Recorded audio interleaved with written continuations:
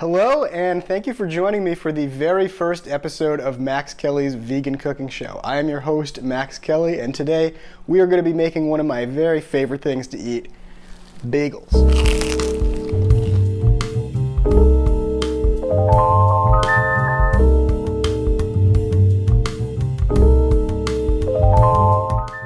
Alright, so the ingredients for the bagels are going to be as follows. First things first, and definitely most important, is bread flour. This is 500 grams or about 4 cups of bread flour.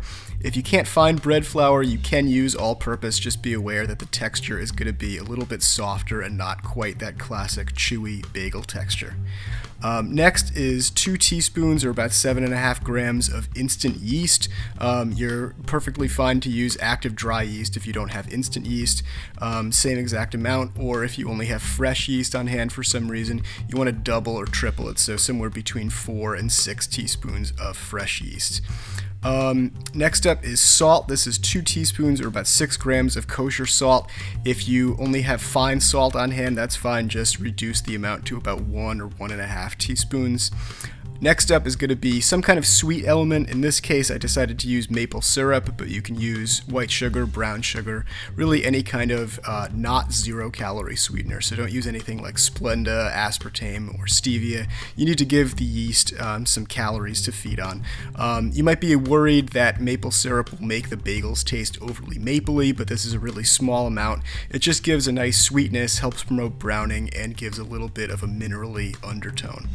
And finally, we have 290 grams or about 1.33 cups of water. The amount of water that you need will vary from season to season, so if your dough winds up feeling a little bit dry, you can add maybe another couple of tablespoons. If it's the middle of the summer or you're in a really humid climate, you might want to reduce the water a little bit down to, say, 1.25 cups. You'll get a feel for it the more that you make bagels, but just somewhere between 1.25 cups and 1.5 cups of water should be just fine.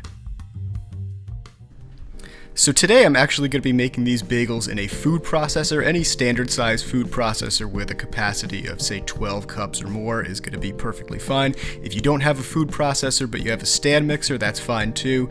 Just knead it on low to medium speed for about 10 or 15 minutes, and definitely make sure to pet it like it's a weird robot dog. If you don't have either of those pieces of technology, you can use good old-fashioned hands and elbow grease. Just be aware that because you have a relatively low moisture content, this is a pretty difficult dough to work with, and it takes quite a while to come together, so be prepared.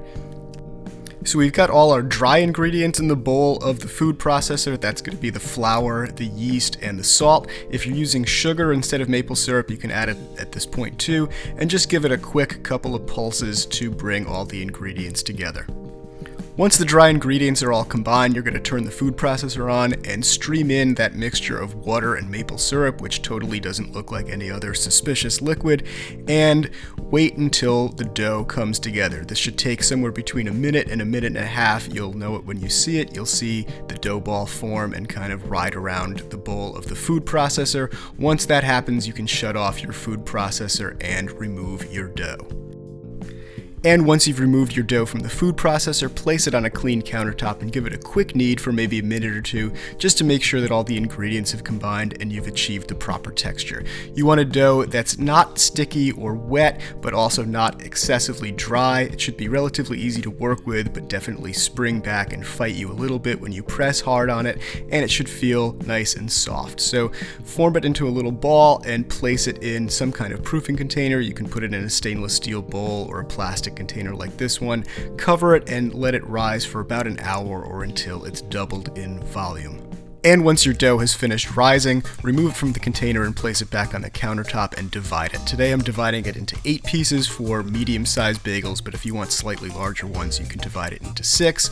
I'm using a bench knife, but any kind of sharp knife is fine, and you can use a scale if you want to be extra precise. For 8 bagels, you're looking for dough portions that weigh about 101 or 102 grams each. Now that we've portioned out our dough, we're going to quickly pre-shape it. So I like to use this technique where you kind of grab a portion of dough and sort of drag it along the countertop and press a little bit. That way the friction between the ball of dough and the countertop sort of pulls some tension into the ball, and gives it a nice tight skin. You don't want to do it too much because then you risk tearing the gluten. But really any technique, you can even just roll it around in your hands into a rough ball shape. This is obviously not going to be the final shape of the bagel, so just anything to give it a roughly spherical shape. Once those are all shaped, you're going to cover them with a damp tea towel or a piece of plastic wrap and let them rest for just about 10 or 15 minutes to allow the gluten to relax a little bit and make them a little bit easier to work with when we give them their final shaping. Now that they've rested, we're going to shape these bagels one at a time. Make sure to leave the ones that you're not working with covered with that damp cloth so that they don't develop a tough skin that can make it really hard to work with. And keep a little dish of water by the side. It helps to have damp hands when you work with these. So taking one ball of dough, just roll it out into a nice log shape about 10 or 12 inches long. Make sure that it's relatively smooth, and then you're going to join the two ends of the log together. You can twist them, or you don't have to twist them, that's fine. Just make sure that they're overlapped a little bit, and then kind of grab and squeeze it together, and then place it back down, seam side down on the counter, and roll it. Really press into the counter and make sure that you eliminate the seam. If you don't roll it hard enough at this point, you can wind up with the bagels kind of ripping open when you boil them later, so just be aware and make sure that you eliminate the seam. If you're intimidated by this method, you can just grab one of those balls and kind of press your index finger through the center. Make sure to actually find the center, unlike I did in this example here. And same kind of process. Once you've made that initial hole, you're going to want to stretch it out a little bit, press it down on the countertop, and roll it out a little bit to make sure that it's nice and smooth. Repeat the process with whichever method you find easier, and just be aware that it's a little bit of a learning process, and if they're not perfect, it's fine. They're still going to come out great and they'll taste great. So finish shaping those bagels. You're going to want to place them either on a baking sheet lined with parchment, or a plain baking sheet dusted with semolina or cornmeal to prevent sticking. Make sure that you leave a little bit of room in between each bagel, although there doesn't have to be a ton because they don't rise a bunch in the fridge.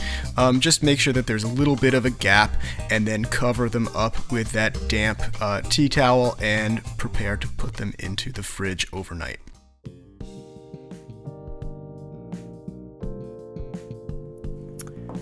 Alright, and as you can see, they have not actually risen all that much in the fridge, just puffed up a little bit. That's exactly what you want to see. You don't want to see a big dramatic rise because the temperature of the refrigerator really slows down the reproduction of the yeast. They're just a tiny bit puffy. So we're just going to let these sit covered on the counter for a little while we get everything else ready to bake these guys.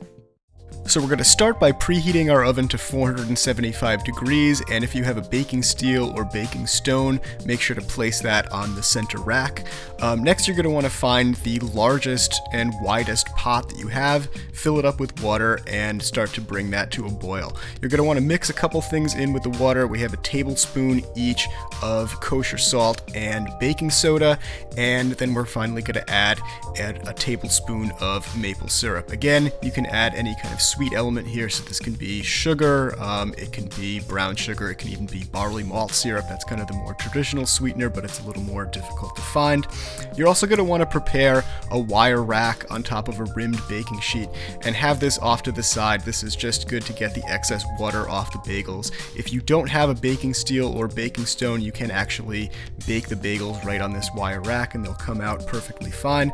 And you're also going to want to have a spider or slotted spoon or something to help remove the bagels from the boiling water. I would recommend against using tongs because that can actually kind of puncture the bagels and break them, and you don't want that. And we're going to want to mix up some toppings. So most of these bagels are going to be everything bagels. You can buy pre-made everything seasoning, or you can make your own using about a tablespoon each of sesame seeds, poppy seeds, caraway seeds, granulated garlic, onion flakes, and a little pinch of salt. I'm also going to be making one sesame seed bagel and one poppy seed bagel. Once your water has come to a nice rolling boil, it's time to boil the bagels. Bring the wire rack and the sheet pan with the bagels on them close together so that you have a nice smooth workflow. And working about 4 at a time, just place them gently into the boiling water and boil for about 30 seconds on each side. You don't want to overboil them, just enough to make a nice thick skin on the outside of the bagel that'll trap steam once you put it in the oven and help the bagel puff up into its nice shape. While they're boiling, you might notice some little bubbles start to form on the outside. That's perfectly fine. Just make sure that you don't overboil them and place them on the rack to drain. And the last step before baking is just putting the toppings on the bagels. So take a little handful of whatever topping you want and just gently press it into the surface of the bagel. The residual water will help it stick, and if there's any toppings that fall through underneath the rack, you can remove the rack and kind of press the bottom of the bagel down just to make sure that none of those delicious toppings go to waste. If you're a fan of plain bagels, you can just skip this step for however many plain bagels you want.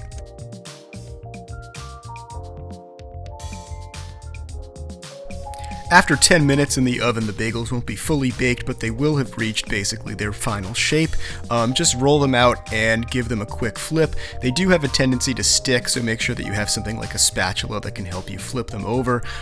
This step is just to make sure that the bottom doesn't get excessively browned and make sure that the bagel cooks nice and evenly. Once you flip them, set the timer for 8 minutes more and finish baking them. Once the bagels have finished baking for another 8 minutes, you're going to want to take them out of the oven and carefully place them on a wire rack to cool. Ideally, you'll let them cool for 15 or 20 minutes, but if you're really hungry and you just can't resist the aroma of those delicious fresh baked bagels, you can bite in about 5 minutes after. All right, so there you have it. Thanks for joining me for the very first episode of Max Kelly's Vegan Cooking Show. We here at Max Kelly's Vegan Cooking Show realize you have a choice when it comes to vegan cooking shows, and I want to thank you for choosing ours.